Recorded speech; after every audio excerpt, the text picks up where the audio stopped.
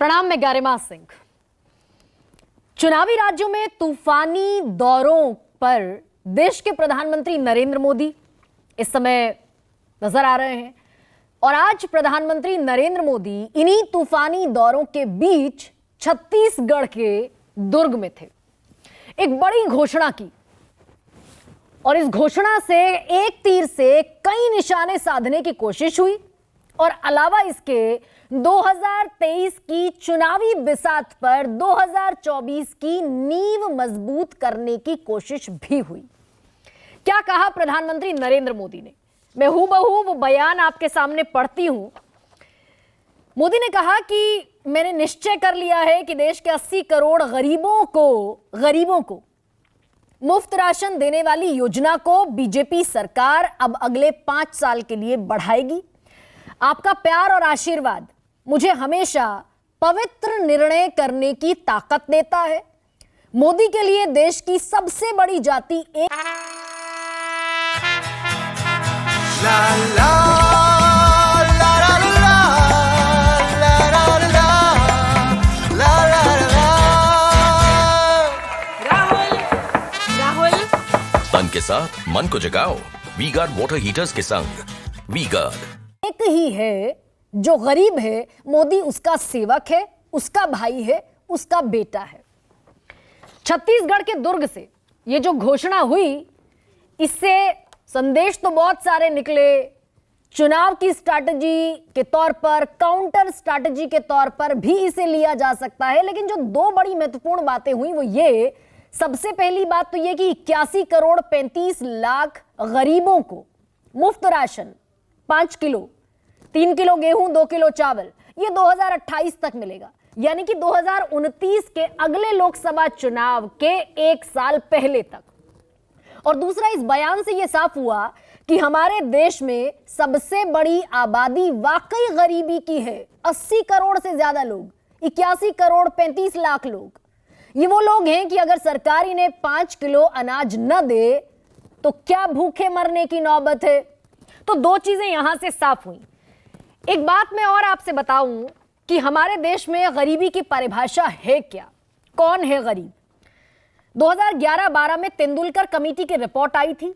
UPA सरकार में यह कमेटी गठित हुई थी और इस रिपोर्ट में यह कहा गया था कि शहरों में रहने वाला कोई व्यक्ति अगर 1000 रुपए महीने में खर्च करता है तो वो गरीबी रेखा से बाहर है, और गांव में अगर 816 रुपए खर्च करता है महीने में तो वो भी गरीबी रेखा से बाहर है। लेकिन 80 करोड़ से भी ज्यादा की आबादी देश में गरीब। अब सवाल यह है कि दूसरी तरफ सरकार ही ये दावा करती है कि हमने अपने कार्यकाल में, 5 साल के कार्यकाल में, पिछले सबसे ज्यादा गरीबों को गरीबी रेखा से बाहर निकाला। तकरीबन 13.5 करोड़ लोग गरीबी रेखा से बाहर आ गए और आज की तारीख में मात्र 1% अति गरीब देश में मौजूद है। यही बयान प्रधानमंत्री ने संसद के पटल से दिया, विश्वास मत पर चर्चा जब हो रही थी। और यही बात कहती है नीति आयोग की यह report, multi dimension poverty index के तौर पर जिसे पेश किया गया था, जारी किया गया था, कि 1% अति गरीब देश में बचे हैं। तो सवाल तो ये पूछना बड़ा लाजमी हो जाता है कि जब देश में 1% गरीब है तो ये 80 करोड़ लोग कौन है जिन्हें राशन दिए जाने की जरूरत है। और प्रधानमंत्री ने यह भी कहा कि मेरे लिए सबसे बड़ी आबादी गरीब की है। तो इसका जो कनेक्शन है वो कहां से जुड़ता है? क्योंकि ये दूसरी मर्तबा प्रधानमंत्री नरेंद्र मोदी ने कहा।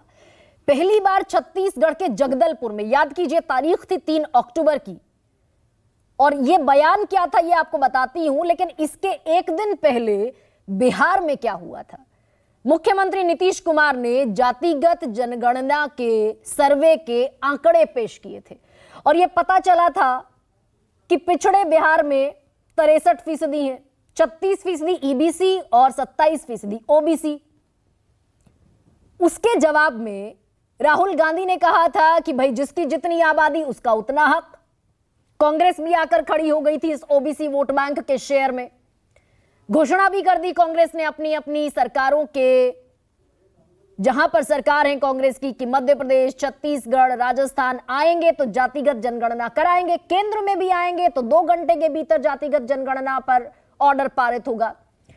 तो क्या जैसे ही विपक्ष ने ओबीसी के मसले पर लामबंदी की कोशिश की, जो कि बीजेपी का बड़ा वोट बैंक 2014 में भी था, 2019 में भी था, ठीक वैसे ही इसके काउंटर के तौर पर गरीबी को सबसे बड़ी आबादी के तौर पर खड़ा कर दिया गया, या फिर बहुसंख्यक यानी कि हिंदू समाज को कंसोलिडेटेड इसके जवाब में पेश कर दिया गया कि सबसे बड़ी आबादी फिर बहुसंख्यकों की है, हिंदुओं की है, वो अपना हक ले लें। अगर सबसे बड़ी आबादी और सबसे ज्यादा हक का ही सवाल है, तो क्या ये सब चुनावी बिसात पर खेल हो रहा है, गरीबी के नाम पर, गरीबों के नाम पर, इधर जातिगत जनगणना के नाम पर?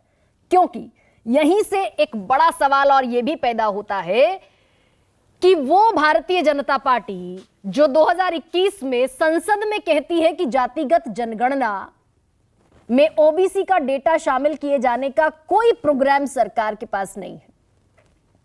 सुशील मोदी, बिहार के पूर्व उप मुख्यमंत्री, ये कह चुके हैं कि लॉजिस्टिकली इम्प्रैक्टिकल है जातिगत जनगणना पूरे देश में कराना। उसी पर कल बड़ा महत्वपूर्ण बयान अमित शाह का आता है। अमित शाह भी छत्तीसगढ़ में ही एक बयान देते हैं और उन्होंने कहा कि बीजेपी तो कभी कास्ट सेंसस का विरोध नहीं करती, न किया है। सवाल बस इतना सा है, क्योंकि गंभीर मसला है, सोच समझकर फैसला लिए जाने की जरूरत है। वोटों की राजनीति के लिए हम इस मसले पर आगे नहीं बढ़ेंगे। हम चाहते हैं कि इस मसले पर कैलकुलेटिव, केयरफुल थॉट के साथ निर्णय हो।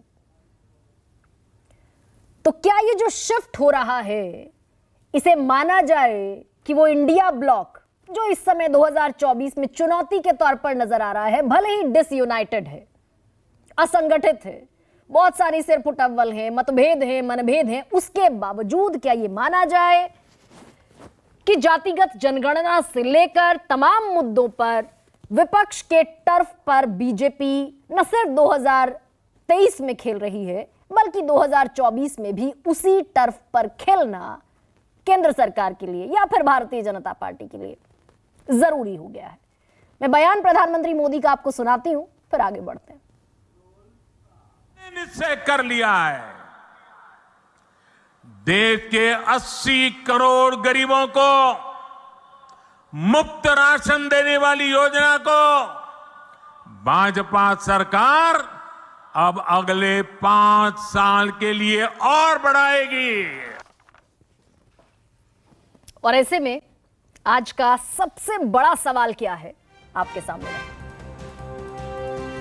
मुफ्त राशन रहेगा जारी, चुनाव आ रहा है भारी,